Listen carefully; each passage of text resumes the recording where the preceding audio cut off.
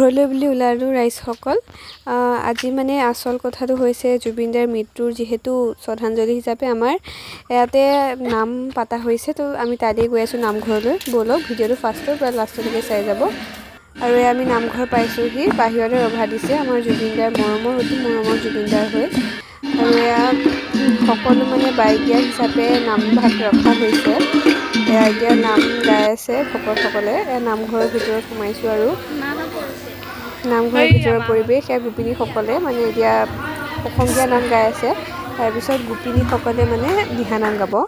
তাৰপৰা নামঘৰতে অলপ বহিলোঁ, চাহ খালোঁ, বহি আছোঁ, নাম হৈ আছে আৰু তাৰপৰা গোপিনীসকলে নাম জুৰিছে।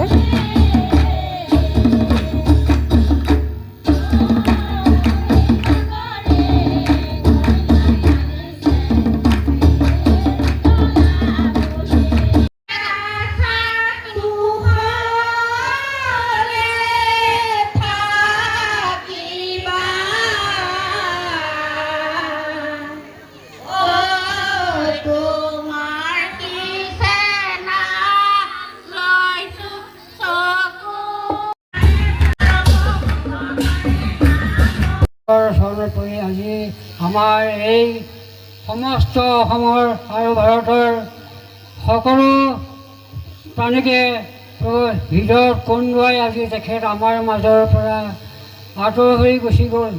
গতিকে শিল্পীজনৰ কাৰণে আমি আজি এয়া তেখেতৰ প্ৰভু শ্ৰদ্ধাঞ্জলি বুলি এভাগ নাম আৰু এভাগ আপোনাৰ দিহানাম তাত প্ৰকাশ কৰা হৈছে, যাতে সেই জুবিন গাৰ্গ আমাৰ মাজৰ পৰা যেনেকৈ